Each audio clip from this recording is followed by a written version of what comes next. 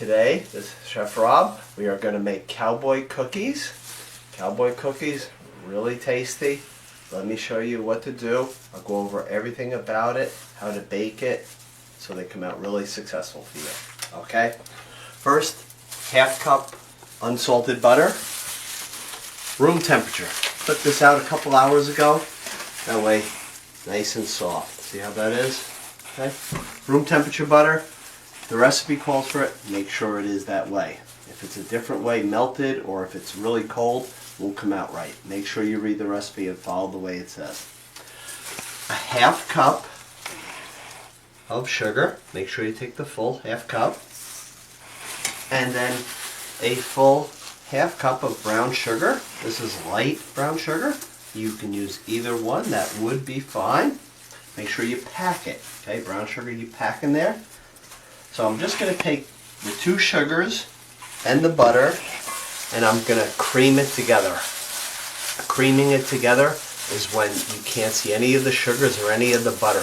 It looks just one color. Cowboy cookies were one of the favorites of cowboys, and they used to take it with them on their trails because it was packed with nutrients and it was actually considered one of the first energy bars ever. So when they were out for the day, they knew they could last a long time being out there. Some of the things that you can add to cowboy cookies that's not in this recipe, but you can always switch it around by your taste buds. You can add coconut to this. You can add walnuts or pecans to it, and of course I always say toast the nuts before you do it. Okay. Other things you can put in there is raisins and a little bit of cinnamon. So a lot of ways to change this up. This is creamed, okay? So you can see there is no butter showing through, no sugars showing through. It's all one texture. What I want to do now, put in one egg. Always bring the egg to room temperature, because what that will do is let it incorporate into your mixture better. I'm going to take a half of a teaspoon of vanilla extract. Put that in there. Of course, always use the pure. I'm just going to mix this around really good. Just get it really good and combined. You could always take out an electric beater, but if you're making a small batch like this, you really don't have to. Okay, so what we're going to do now, I'm going to take my flour, my baking powder, my baking soda, and my salt and add it in here. Now we're going to add our dry ingredients right into the wet. I'm going to take a full cup of all-purpose flour, nice and level. Get it right in here. I'm going to take a half teaspoon of baking powder. Make sure it's nice and smooth. Make sure you take the full amount though. Same with the baking soda. Again, nice and level.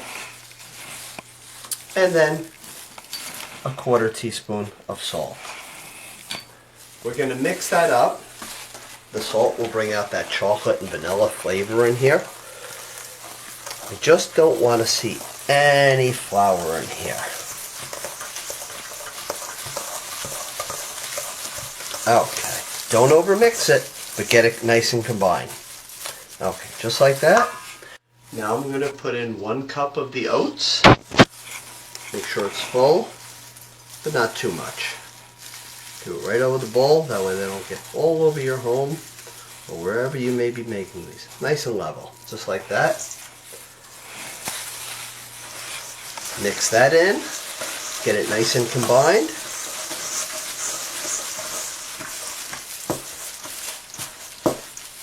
And now a half cup of the chocolate chips. A quarter cup, another quarter cup. Let's mix this in really good. This would be the time if you were going to add the nuts, the cinnamon, the raisins, the coconut. This would be the time to put it in. You don't have to change anything else in the recipe. You can always just add those things into it. Now what we're going to do is we're going to put this in the refrigerator, the dough, for about a half hour to an hour. Let it get nice and cold, okay, because you want that butter to kind of get hard again, and then we're going to roll them into little balls, put them on the tray, and then we'll bake them. They're going to get baked in a 350 oven for about 8 to 10 minutes, so they're pretty quick, okay? So let's just put this in the fridge for now. The cookie dough is nice and cold right now. We're going to roll some, but what I want to do, I'll put it on a cookie tray, and I have one of these silicone baking mats. They help protect the bottoms of the cookies. Okay, use these for all your cookies, either that or parchment paper. Remember, this is going to go in, while I'm making some of these, this is going to go into a 350 oven for about 8 to 10 minutes. Okay, you can make these large, small, depends however you like them. Okay, that's about the size, almost I kind of say like a meatball size. They will spread out a little, so give yourself enough room. Give about an inch room. Okay. Now storing these, they come out nice and soft, but if you like them soft, always put a piece of bread in a container with the cookies after they're baked.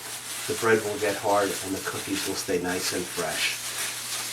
Okay. Now, if you're making 2 trays of cookies, what you want to do is switch the trays around halfway through. So maybe about 5 minutes, flip the trays in the oven. Okay. So I'm going to finish rolling these. We're going to put them into our 350 oven, and then we'll take a look and see how they came out.